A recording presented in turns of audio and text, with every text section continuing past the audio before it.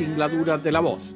Soy César Vidal, hoy es el viernes 21 de mayo de 2021 y me dirijo a los hispanoparlantes de ambos hemisferios, a los situados a uno y otro lado del Atlántico y, como siempre, lo hago desde el exilio. Corría el año 1536 y más concretamente el día 21 de mayo, cuando en la protestante Ginebra tuvo lugar un hecho de extraordinaria relevancia. Sin ningún tipo de precedentes, la ciudad estableció la primera escuela pública y obligatoria de la historia. A diferencia de lo que sucedía en la Europa católica, la Europa de la Reforma necesitaba impulsar la educación por la sencilla causa de que sin saber leer y escribir resultaba absolutamente imposible que la gente leyera la Biblia, que estaba ya acercando la Reforma al pueblo en su lengua vernácula. El caso de Ginebra no fue aislado. Apenas unos años después, la primera confesión escocesa establecía un programa educativo que exigía que en los medios rurales se enseñara a los niños en escuelas adjuntas a las iglesias y que en las ciudades con superintendentes se abrieran escuelas y universidades con un personal debidamente pagado. Cuando a inicios del siglo XVII llegó a lo que ahora es Estados Unidos el Mayflower cargado de puritanos, el 80% de los varones que viajaban en la nave sabía leer y escribir y la cifra se situaba en el 70% de las mujeres. Se trataba sin duda de números impresionantes, pero algunas confesiones protestantes contaban con un nivel de educación todavía mayor. Los cuáqueros, por ejemplo, presentaban ya un 100% de alfabetización tanto en hombres como en mujeres. Ese impulso a la educación, que no tuvo ni de lejos paralelo en el mundo católico, provocó consecuencias extraordinarias. De manera bien reveladora, a inicios del siglo XIX, la población alfabetizada en España y en sus dominios de Hispanoamérica no llegaba al 10%.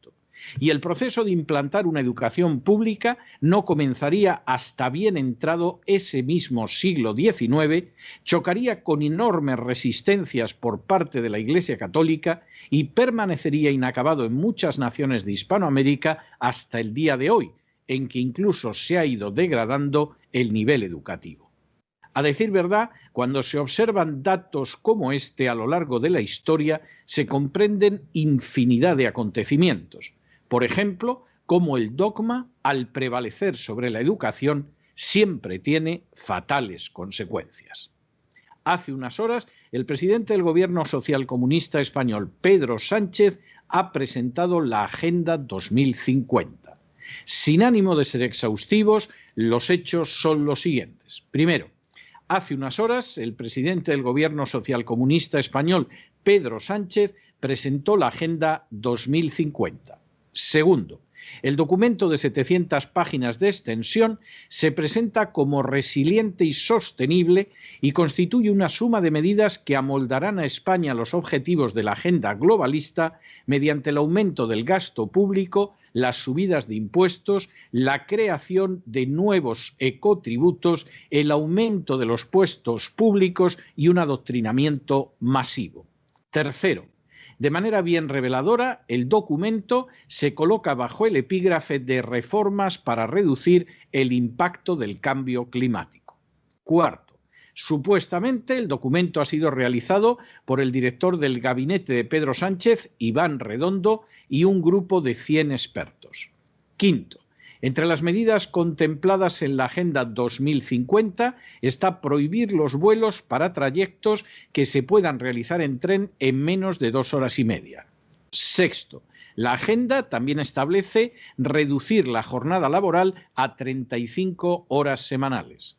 Séptimo, la agenda incluye también la idea de proporcionar una nueva prestación a los que tengan hijos de menos de 18 años. Octavo, igualmente, la agenda implica la subida de impuestos al alcohol, al tabaco y al diésel. Noveno, la agenda propone también aumentar la financiación de las políticas activas de empleo dedicadas a la formación, hasta alcanzar el 0,25% del Producto Interior Bruto en 2030 y el 0,4% en 2050. Décimo, Igualmente, la agenda propone reducir la tasa de desempleo a los niveles de la Unión Europea, 7%, antes de mediados de siglo. 11. Igualmente, la agenda propone la elevación de la tasa de empleo femenina hasta equipararla con la de los hombres antes de 2050. 12. Igualmente, la agenda propone reducir la tasa de desempleo juvenil a la mitad, asimilándola a la de la Unión Europea. 13. Igualmente, la agenda propone en relación con los mayores de 50 años incrementar la inserción laboral de la población entre los 55 y los 64 años, elevando su tasa de empleo en al menos 15 puntos en relación con el nivel de 2019. 14. Igualmente, la agenda pretende cerrar la brecha de género en salarios antes de 2050 y elevar el porcentaje de personas satisfechas con su situación laboral al 93%. 15. Igualmente, la agenda prevé una llegada de inmigrantes a España que rondará el 250.000 de personas al año. Y 16. Entre las medidas de la agenda se encuentra también intervenir el mercado de la carne, tal y como ha insistido Bill Gates. Así, la agenda señala que no comer carne no provocará un empeoramiento de las condiciones de vida ni del bienestar de la ciudadanía. De hecho, probablemente ayudará a mejorarlas.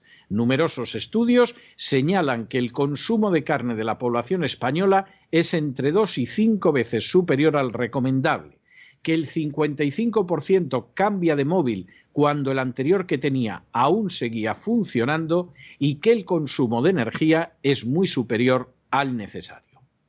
Pedro Sánchez, presidente del Gobierno Socialcomunista de España, ha presentado hace apenas unas horas la Agenda 2050.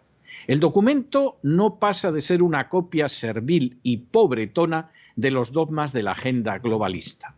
Verde, resiliente, inclusivo, feminista y peligroso sobre todo, serían algunos de los calificativos ideales para definirlo. Su base fundamental es la gran farsa del calentamiento global y con ella la ideología de género, el aumento del aparato del Estado en puestos absolutamente inútiles pero costosos, la ideología de género, la desaparición del consumo de carne y monstruosas subidas de impuestos que impedirán incluso el ridículo despegue de empleo que anuncia la agenda.